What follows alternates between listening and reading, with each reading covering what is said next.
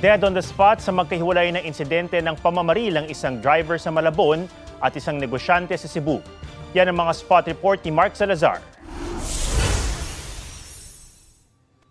Dugo ang humandusay ang lalaking ito ng barilin pasado tanghali sa Pampano Street, Longos, Malabon.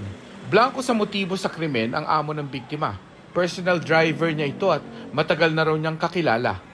Kasi nasulba ko ng opisina, siya kumain, bumili ng sigarilyo. Pagbalik niya dito, yun, binaril niya siya. Tinitignan pa natin lahat ng anggulo, no? Kasi ang titignan natin kung anong negosyo. Kanina may kausap daw siya at bumili lang ng sigarilyo sa katabing sari-sari store.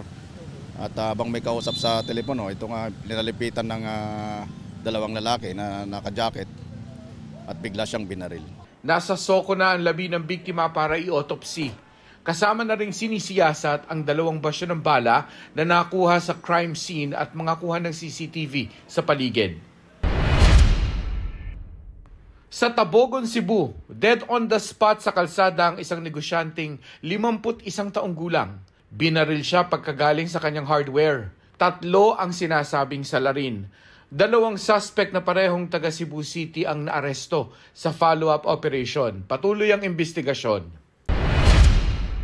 Naaktuhan naman ng pulisya na nagdodroga ang tinutugis nilang suspect sa pamamaril na nangyari noong Sabado sa Talisay City, Cebu. Sugatan sa pamamaril ang lalaking edad 49. Batay sa investigasyon, nagalit ang suspect nang makita niyang suot ng biktima ang kanyang jogging pants. 2 pang kasama ng suspect na nagdodroga ang arestado. Lahat mahaharap sa kaukulang reklamo. Sinisika pang makuhanan sila ng pahayag. Mark Salazar, nagbabalita para sa GMA Integrated News. Huwag magpahuli sa mga balitang dapat niyong malaman. Mag-subscribe na sa GMA Integrated News sa YouTube.